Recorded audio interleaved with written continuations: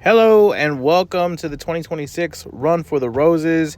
The plan was to show you the videos of the horses that we're going to be, betting on, but YouTube won't let me do that without putting a bunch of volume in the back. So let's just get into it.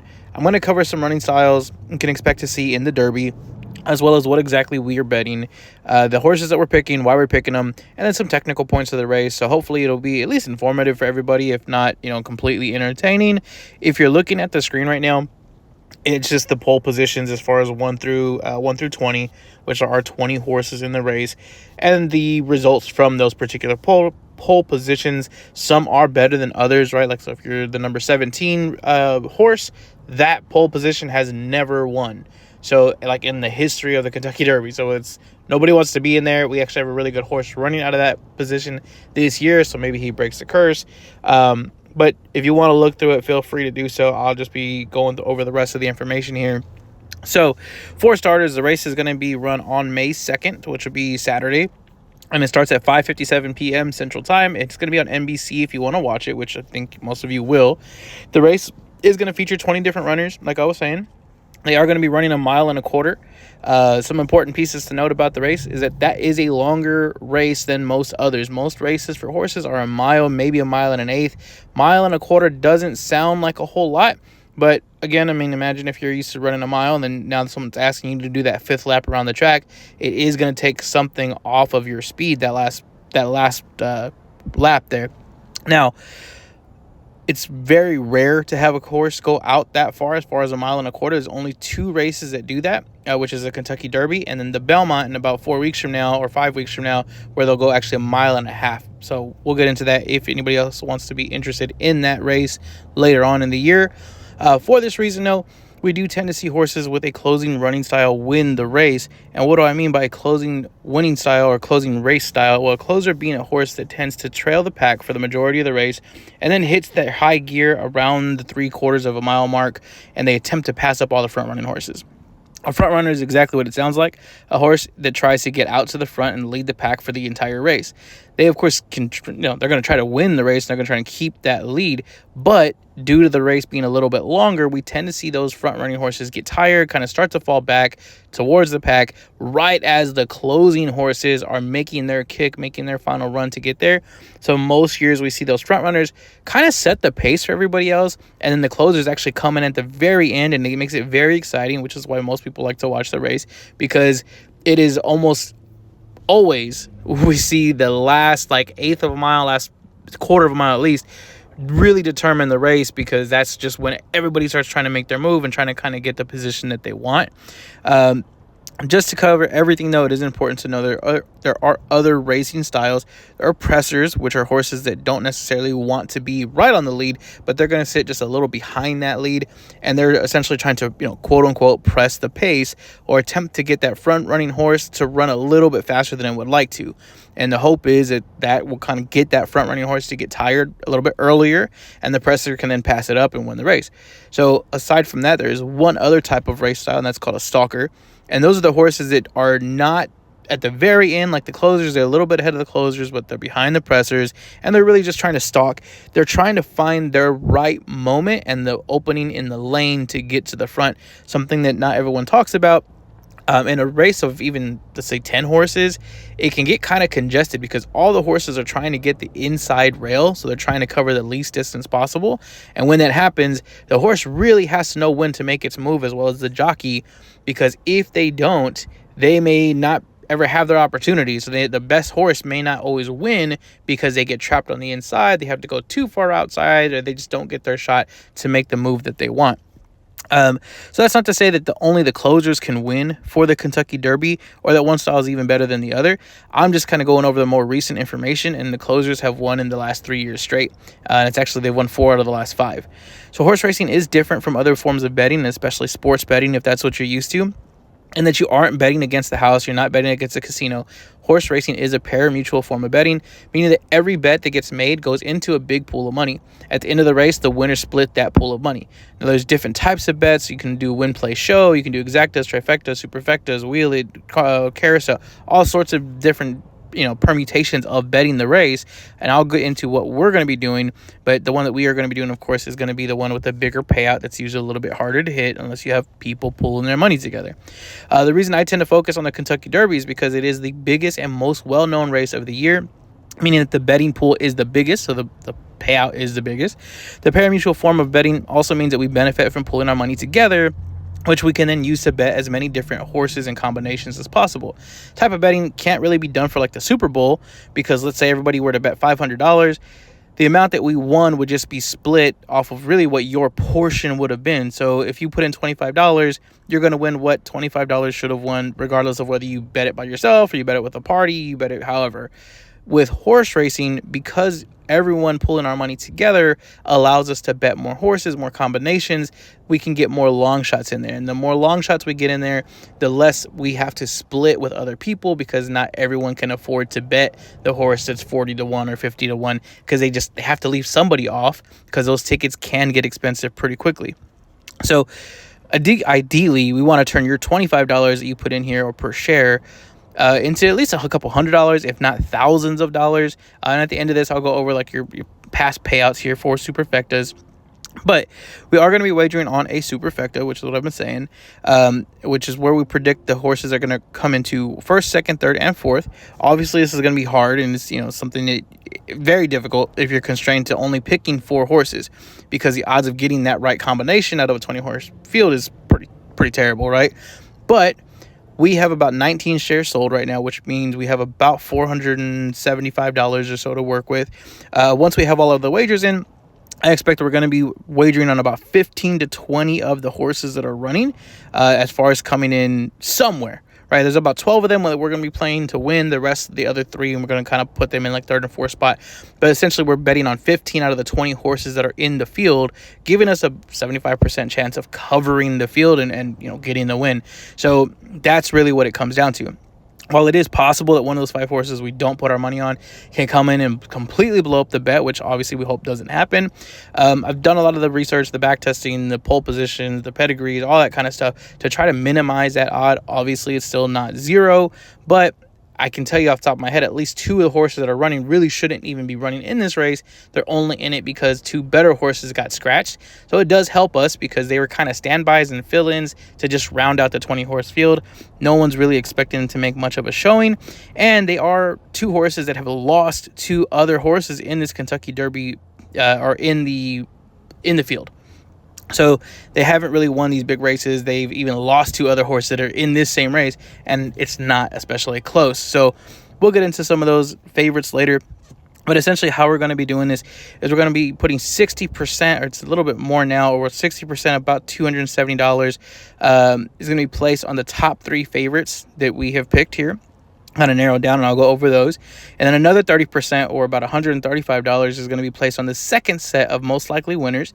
And then the last set, which was about $45 to $60, is going to be on the long shots to hit the win position. So the reason that we're layering it that way is because if the favorites win the race, the payout's going to be less. So the $270 may return something like $1,200, $1,400, $1,500, in that low thousands range. And in which case, obviously, no one's going to go home rich, but, you're going to probably triple your money, maybe quadruple your money, turn $25 into $100. It's not the best. You're not going to retire, but at least you're walking away with something. You're enjoying the race. Give you something to do on a Saturday, right? For relatively low risk and low cost, obviously. So if the long shots win, though, and this is really why we're trying to put this together, if the long shots win, we may end up hitting a payout something like $100,000, even more than that in some years. And in that case, if it is $100,000, then each of us is going to walk away with a little over $5,000. So that's good. On that note, I will tell you the payouts, depending on how much it is. If it is a bigger amount like that, it can take a few days to get that money in to distribute it. So just don't come knocking on the door like Saturday night. It's going to take a little bit. Monday, probably even up to like Wednesday if it's a bigger amount like that, just to get it all in and get it from the casino, get it cleared, fill out documents, get the money out to you guys. So the favorites in this race are number 1, Renegade, number 6, Commandment, and number 18, Further Ado. The second set, and those are the 3 that we'll be using the majority of our money on to put in that win spot. Second set of favorites is going to be the Puma, Chief Wallaby, and Emerging Markets. That's number 9, 12, and 15, respectively. And then the long shots that we're going to be looking at are number 7, Dan and Bourbon, number 8, So Happy, number 10, Wonder Dean, number 11, Incredible, and then number 14, Potente, and number 16, Pavlovian. The majority of our tickets will be revolving around these 12 horses, with another 2 to 3 sprinkled in, like I said, as potential 3rd or 4th place runners. The 3rd and 4th place, it's really hard to narrow those down, and that's usually why these superfectas get ruined if someone else were to ruin it, is because that 4th spot, it happens where you will have some random long shot just pop their nose in and get in the 4th spot. Like I said, obviously we're trying to avoid that, but if anything, we want to get as many people or as many horses as we can in those 3rd and 4th spot places for that exact reason. Get the most coverage, of course. So in a superfecta, you have to pay per combination. So every time we add a potential winner, we open a whole new slew of possibilities. Whereas if we just limit some of those runners to only the 3rd or 4th spot, we're not adding a whole new branch to the possibilities. We're just adding like 1 or 2 different combinations. So it's a lot cheaper, a lot more affordable, and we can make our money stretch a little bit further that way. So once I have all the tickets placed and officially in, I'll send out pictures so that you can, everyone can be aware of which horses we have, where they're picked, what place, all that kind of stuff. On that note, I also want to add that I will not be placing the ticket until until roughly an hour before the race starts. In horse racing, if you're not used to it, it's very likely that we have horses scratched. And if they are scratched, once you place a superfecta ticket, you don't get that money back. They don't refund you for those combinations coming off the board. It's just money that they keep. So secondly, the odds are always changing, and all that's going to change all the way up to the last minute before post time or before the race starts. And that is important, because if these odds change and we have a horse that's a favorite that is no longer a favorite, or vice versa, we can kind of change and adjust how we're betting. So I'm going to be putting this off until the last hour or so and make sure that we're not losing any money or not playing this correctly as much as possible. And then lastly, I want to just give everyone some notes on the horses, or at least the favorites, and why we expect them to win, or at least make a good showing of it. Renegade and Commandment are both closers, that's important to note, who have won big races and to get into the Derby. And in both of their races, they actually beat other Kentucky Derby contestants. Renegade is coming off his blowout win in the Arkansas Derby, in which he beat Litmus Test and Silent Tactic. He ran the majority of the race in last or second to last place, and as expected, like I was saying earlier, he made his move at the 3/4 mile mark. The pack was tightly clustered around the rail, which made him take a very wide trip, meaning he had to cover more ground than the other horses. He went way out. He was like middle of the track. But even from the middle of the track, he did hit his top gear at the mile mark, and he ended up beating Silent Tactic by roughly 5 lengths, which is around the distance of 2.5 horses. So it wasn't like especially close. Like he essentially blew these other horses out. Silent Tactic finished second and entered the Kentucky Derby, so he was supposed to run in this race, but he's one of the horses that I was just saying has been scratched already. So he eventually was scratched due to injury. Litmus Test, who will also be running in the Kentucky Derby, out of the number 4 spot this year for the Kentucky Derby, he actually finished that race 7th out of 8 horses, which is a reason we're going to be leaving him off of just about all of our tickets. Litmus Test is a really good trainer. He's a Bob Baffert horse who's a really great trainer in terms of Kentucky Derby wins. But this horse could not win in a field of 8 horses in a much less competitive race. And he finished 7th out of 8th. The odds of him having this really big showing and going from 7th place to, 3rd place or even 4th place in this type of field where the horses are that much better is slim to none, and Slim's basically left the building. So Renegade had 2 of the most impressive wins from this horse racing season, the prep races, if you will, and he's a legitimate contender and clear favorite. The only concern we have is that he's running out of the number 1 spot, and this makes this trip extremely difficult. There's not been a winner from the number 1 spot since 1986, and it makes sense when you consider that the field of 20 horses are all going to be condensing against the rail and trapping that number 1 horse in a tight spot. This leaves very little wiggle room and essentially confines Renegade into the route that he can take, when he can move, and kind of just limits his possibilities. The best outcome for a horse like Renegade is that we have a fast pace early. That early fast pace is going to thin out that crowd. It's going to kind of string the horses out. So it's like 1, 2, 1, 2, 1, 2, all the way down that rail, where obviously the fast horses are at the front, slow horses at the back.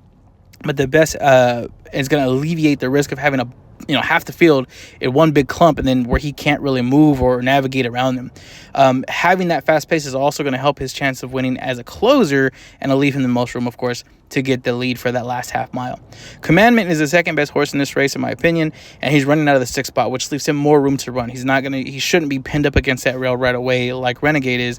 He has 2 wins in this year, in both in competitive races, and he's actually beat other contestants, which is the Puma and Chief Wallaby. He actually beat Chief Wallaby twice, and both times it wasn't especially close. Now, it wasn't a blowout the way Renegades was. He beat Chief Wallaby by about, half the distance of a horse body, right? So in the Florida Derby, which is considered to be the best prep race for the Kentucky Derby, Commandment beat the Puma by a nose, and it was just a very last second he passed that nose in front of Puma. If you want to go back and watch that, I would say that's probably the best race to watch, just to kind of get a feel for these horses that are in the Kentucky Derby. The Puma made his move. He's also kind of a presser, closer type of horse. He made his move, I think, just a little bit too early, so he started to get tired. Commandment passed him up, like I said, at that last second. Now, that race was 1 1/8 miles long, meaning that the extra distance can help Commandment, in this case of the 1 1/4 miles, make it a little bit more difficult for Puma to keep up those last few yards. Chief Wallaby ran 3rd in that Florida Derby, and again, it wasn't really especially close. Commandment beat him by, about the half of a horse body again. Commandment also would benefit from a fast pace, just like Renegade, and it should tire out the front runners, of course, giving him the best chance as a closer. The biggest concern for somebody like a Chief Wallaby is that he has not in this case, Commandment, he's not had a blowout win the way Renegade has. Both of his last 2 wins came by less than a length or half distance of a horse. Just from the eye test, he just doesn't have the same type of closing kick that Renegade does. So he's a really great horse. He's probably going to run second if as far as expectations go, that's where I would expect him to be, unless he gets a better fit than Renegade or better trip because of that number 1 spot. Now, lastly, we have Further Ado, and he's more of a front runner. We're placing him on the ticket because it rounds out our possibilities. If we have a slower pace than expected, it's much more likely that one of the front runners doesn't get tired and they're able to sustain the lead all the way through the end of the race. Further Ado is the best of the front runners. He's the fastest one, and he's had several blowout wins, the last of which came by 11 lengths, or about the distance of 5 horses between him and second. So again, he's not just winning. This horse is blowing other horses out of the water. I mean, it's not even close. So he's definitely quick. He's going to be forwardly placed throughout the beginning of the race and should make his trip a little bit easier. He's starting from the 17 pole position, which, like I said, there's never been a winner from that spot. So that is a concern, but it's really more of like a, if you believe in curses type of deal. He's actually number 18. He's moved down to number 17 because there was a scratch, like I said. So he's going to have to move into the station next to him, but he is still going to be wearing number 18. He's going to have some room to work right when they open the gates. The biggest issue here for him, other than the pole position, is the pace. If it's a fast pace, like I was saying, it's much more likely he gets tired and he can't hold off Commandment and Renegade when they're trying to come down the stretch there and close on him. So that's an issue. But by taking him as one of our favorites, we give ourselves a hedge against the pace. So whether it's a fast race or a slow race, we have the trio of horses, 2 that can close if it's fast, 1 that can stay up in the front if it's slow, so we can win either way. Lastly here, and I can't go over all the horses I would love to, but it's going to just take too long. So last thing here, just wanted to go through a few years of the Superfecta payouts so that everyone knows kind of more or less what you can expect. These are all based off of $1 Superfecta boxes. Now ours, of course, I can't promise you a certain payout.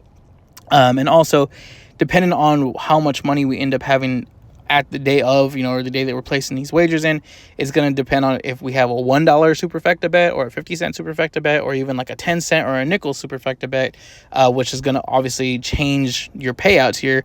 But just so you know, so 2025, the Superfecta payout was $1,682. 2024 was $8,524. 2023 was $15,643. 2022 biggest win here, $321,500, and then 2021 was $9,456. The average here, if you take it all out, if we take out that big huge $321,000 payout, roughly comes out to about $4,000. If that's the case, $4,000, each of us walks away with about $200 or so. So not terrible. That's kind of what we should, at least say on average.